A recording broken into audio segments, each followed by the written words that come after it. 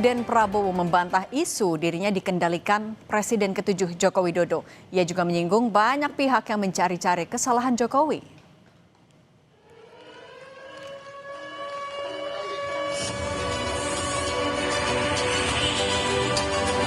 Presiden Prabowo membantah isu dirinya takut pada Jokowi. Prabowo memastikan dirinya dan Jokowi bersahabat baik. Prabowo menegaskan Jokowi tak pernah menitipkan apapun. Ia meminta publik mengakui hasil kinerja kepemimpinan Jokowi selama 10 tahun. Sebelumnya, beberapa isu menerpa Jokowi hingga menimbulkan spekulasi hubungannya renggang dengan Prabowo. Isu tersebut diantaranya dugaan ijazah palsu, pencopotan beberapa menteri orang Jokowi, dan dugaan markup proyek Wush. Dan ini juga kenapa saya tadi ingatkan, saya minta Pak Jokowi diundang, ya,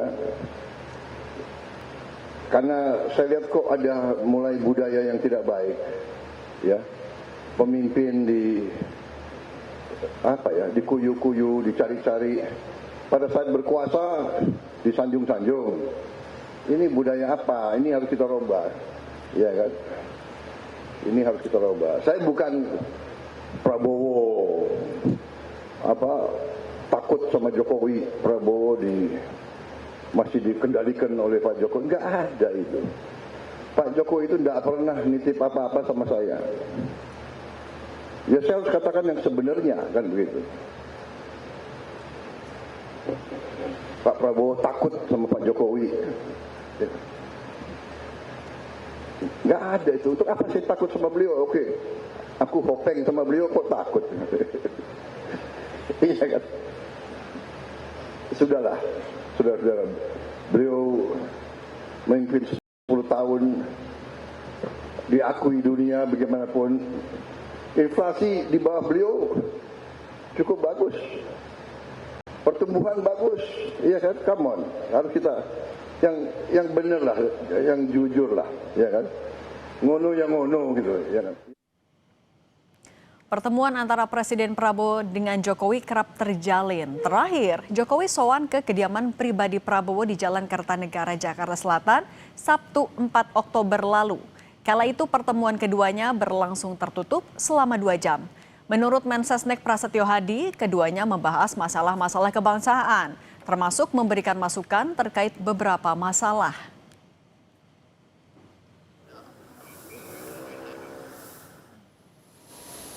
Sebelumnya pada 20 Juli lalu, Prabowo terbang ke Solo untuk menghadiri Kongres PSI.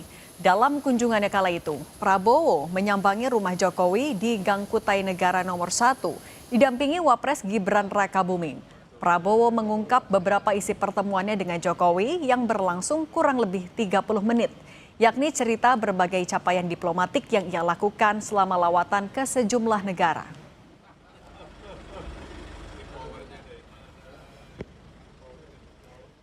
Lalu apa yang membuat Prabowo tiba-tiba menyinggung soal hubungannya dengan mantan Presiden Joko Widodo di sebuah acara resmi?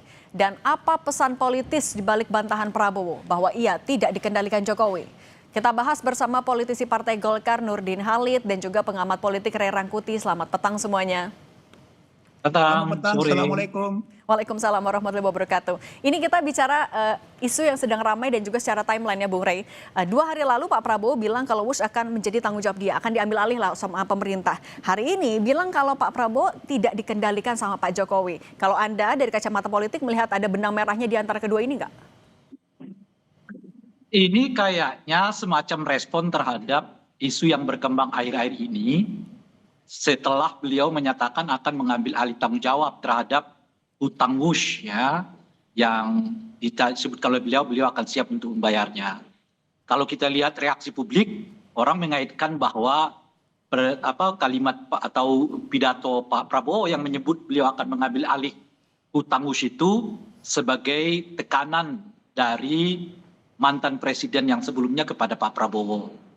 Jadi mungkin pada pidato hari ini beliau menegaskan bahwa kebijakannya untuk mengambil alih hutang Wush itu bukan dalam konteks tekanan itu, tapi ya semata-mata murni sebagai pendapat beliau, hasil kajian beliau, lalu menetapkan bahwa beliau mengatakan mengambil alih tanggung jawab terkait dengan hutang Bush itu gitu. Jadi itu satu segi menepis berbagai ciutan publik lah ya terkait dengan apa namanya itu dugaan adanya tekanan dari Pak Jokowi terhadap Pak Prabowo terkait Bung Rey, dengan tapi pelunasan hutang itu gitu. tapi berarti kalau Pak Prabowo sampai belak-belakan mengklarifikasi, apakah bisa dibilang Pak Prabowo juga kayaknya mulai terganggu deh dengan kabar ia tertekan oleh Pak Jokowi?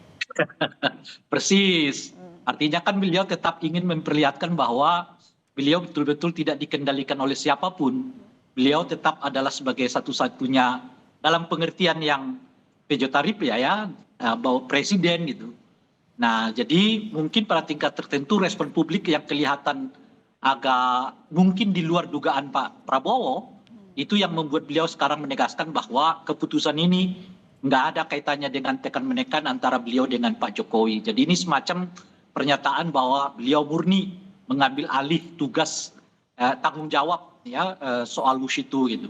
Oke. Nah, karena boleh jadi memang reaksi publik yang kelihatan begitu tinggi yang mengaitkan soal apa namanya itu ya hubungannya dengan Pak Jokowi selama ini sebagai cara Pak Prabowo ya istilahnya itu ya katakanlah untuk mengambil alih ya tanggung jawab terkait dengan makin tingginya perhatian publik terkait pengadaan bus ini. Oke, nah kalau dari Pak Nurdin, ini kan sebenarnya bukan pertama kali Pak Prabowo di forum besar membahas soal hubungan dengan Pak Jokowi. Tapi kalau menurut Anda, apa kepentingan Pak Prabowo sampai harus mengklarifikasi itu di sebuah forum besar?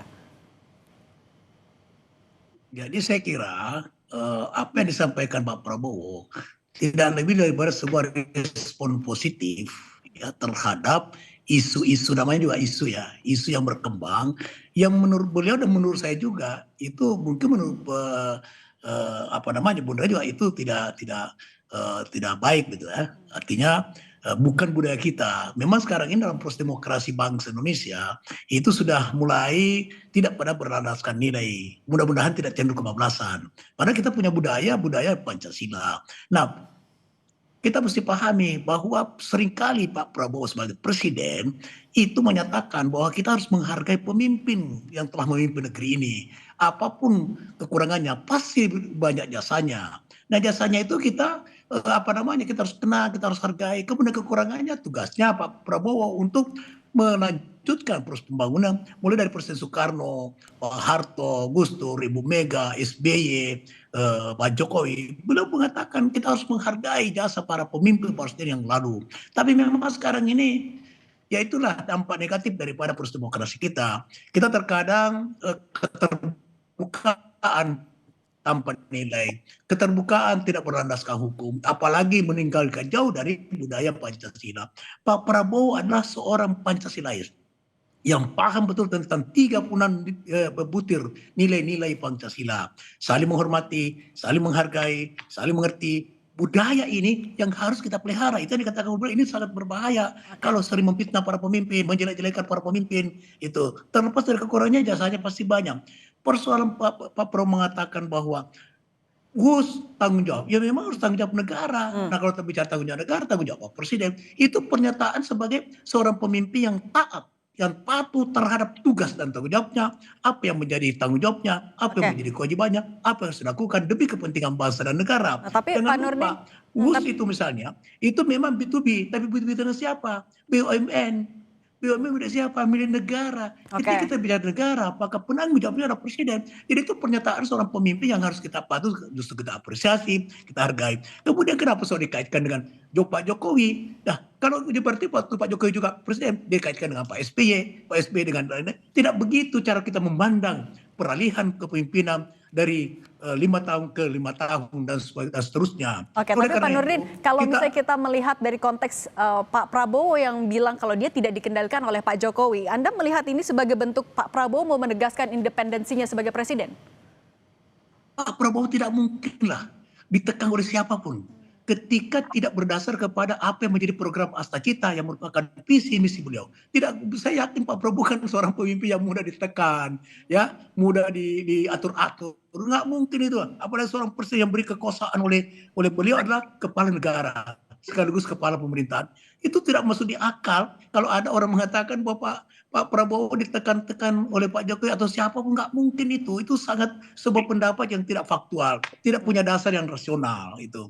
Oleh karena itu marilah kita mencerahkan rakyat, jangan para pemimpin, teman-teman para pencinta demokrasi, rakyat yang cinta demokrasi, jangan kita tidak mencerah sebuah pernyataan yang tidak mencerahkan daripada demokrasi rakyat. Dan yang paling penting adalah mari kita melaksanakan demokrasi dengan tetap berlandaskan nilai budaya bangsa kita. Oke, tapi kalau dari Bung Rey melihatnya memang Pak Prabowo sekarang sudah independen sebagai seorang presiden, tidak ada bayang-bayang Pak Jokowi atau masih ada tarik-menarik kepentingan politik? Iya, kalau kita ikuti alur berpikirnya Pak Nurdin ya, memang Pak Prabowo itu boleh dibilang tidak lagi terkait dengan Pak Jokowi gitu. Beliau independen, itu alur berpikirnya. Makanya persis seperti yang berulang kali saya sebut, hubungan Pak Prabowo dengan Jokowi itu sebetulnya retak. Meskipun berulang-ulang kali disebutkan oleh Pak Prabowo bahwa beliau baik-baik saja hubungannya dengan Pak Jokowi gitu. Tapi itu tentu saja sebagai hubungan pertemanan ya. Sebab hubungan baik itu kan banyak ragam-ragamnya. Saya dengan Pak Nurdin banyak berbeda tapi juga tetap berteman baik gitu. Jadi ada teman kongko-kongko, ada teman ngopi-ngopi, ada teman bisnis, ada teman macam-macam, tapi belum tentu itu teman politik. Nah, Pak Prabowo kelihatan mau menegaskan hubungan saya dengan Pak Jokowi itu hopeng kok gitu ya. Iya, hubungan manusia dengan manusia, ya presiden dengan mantan presiden ya, tapi hubungan politik belum tentu. Nah, itulah mengapa pandangan tadi yang disebutkan oleh Pak Nurdin bahwa Pak Presiden Prabowo itu murni berdiri di atas kakinya, iya gitu. Artinya hubungan Pak Prabowo dengan Pak Jokowi itu belum tentu melekat, boleh jadi itu retak gitu. Tetapi di dalam dunia politik ini, ya kan harus ada yang disebut dengan tarik ulur. Kadang-kadang kita ulur, kadang-kadang kita tarik. Nah, karena bagaimanapun saya Pak Jokowi tetap penting bagi kekuasaan Pak Prabowo, sehingga nggak mungkin akan dilepas begitu saja. Itu yang saya istilahkan itu diretakkan, tapi tidak dibelah. Tapi contoh tadi keretakan politiknya itu gimana Bung Rey? Maksudnya? Contoh tadi kan sebetulnya kan cara melihatnya itu adalah bukan dari aspek kata-kata. Kan kalau Pak Prabowo itu kan selalu melihat, menjelaskan dengan ribut saya hopeng kok dengan Pak Jokowi. Kadang-kadang ngopi-ngopi, ya kan ngopi-ngopi kan teman ngopi kan oke-oke aja, kira-kira gitu ya. Nah, harus dilihat dari soal seberapa besar peranan politik yang diberikan kepada keluarga Pak Jokowi. Dalam hal ini misalnya Gibran, dalam hal ini misalnya Pak Prabowo gitu. Itu cara melihatnya. Nah, sejauh ini justru yang saya lihat adalah makin sempitnya peranan Gibran dan juga peranan Pak Jokowi dalam pemerintahan Pak Prabowo itu. Oke, tetapi kan keretakan itu tidak boleh diumbar kepada publik karena itu memperlihatkan sesuatu yang berbeda dengan filosofinya Pak Prabowo sendiri. Oke, yang menginginkan semua pemimpin itu kelihatan akur-akur saja. Meskipun sebetulnya di dalamnya ya saling ini, saling itu, ya kan? Sikat sana, sikat situ. Oke, kalau gitu kita tanya dulu ke Pak Nurdin. Pak Nurdin, itukah yang juga dilihat oleh Golkar di kabinet saat ini? Jadi kalau Bu Rey mengatakan sudah ada keretakan antara Pak Prabowo dengan Pak Jokowi, kemudian Mas Gibran semakin mengecil perannya, saya tidak melihat itu secara faktual dalam praktik ketatanegaraan dan melaksanakan program. Ya buktinya sidang kabinet Pak Gibran hadir, kemudian ikut juga melaksanakan penugasan untuk meresmikan beberapa proyek dan sebagainya. Jadi dia kan yang pembantu presiden. Jadi apa yang dilakukan oleh Wapres adalah apa yang ditugaskan oleh presiden. Ini kita tidak bisa pandang sebagai wah ini semakin mengecil perannya, kemudian ini tanda-tanda keretakan. Itu sangat jauh itu Bung Rey. Kemudian Golkar memandang bahwa di sekarang pemerintahan Pak Jokowi itu solid sekali, ya sudah sangat solid. Dan sering kita berjumpa dengan berdiskusi dengan Ketua Umum Pak Bahlil, baik sebagai Ketua Umum Golkar maupun Menteri SDM, sering menciptakan suasana baik suasana kebatinan maupun suasana faktual di sidang kabinet, kemudian sidang rapat terbatas dan sebagainya. Itu sangat kompak, sangat dinamis itu. Nah, oleh karena itu maka kita harus melihat bahwa suatu hal yang penting bagi Pak Prabowo, yang menurut saya ya presiden-presiden yang lalu belum tentu bisa, bukan melaksanakan seperti Pak Prabowo, yaitu menghargai pemimpin yang telah tergantikan. Kemudian dia sering berkomunikasi. Kalau misalnya Pak Prabowo kan mengatakan juga bahwa saya tidak malu mengatakan Pak Jokowi guru politik saya, itu dikatakan Pak Prabowo. Kenapa? Karena banyak pertimbangan-pertimbangan waktu beliau menjadi calon presiden, di mana telah 2 kali dikalahkan oleh Pak Jokowi. Kemudian waktu menjelang pemilihan presiden misalnya apa strategi kampanye dan sebagainya, sering berdiskusi, tukar informasi dengan sharing informasi dengan Pak Jokowi, sehingga udah mengatakan bahwa saya itu hal yang biasa, hal yang wajar gitu. Tapi Sama Pak misalnya Nurdin kalau saya mengatakan, meyakini Pak Jokowi perannya hanya untuk memberikan masukan, tidak lebih dari itu. lah kan wajar saja dalam era demokrasi komunikasi politik itu penting. Komunikasi para pemimpin yang telah digantikan itu sangat penting.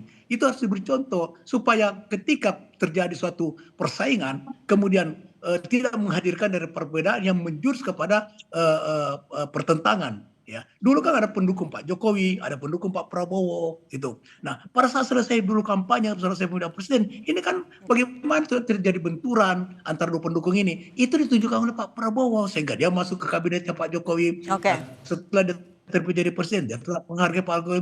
Komunikasi politik dalam demokrasi penting, apalagi kita sekarang.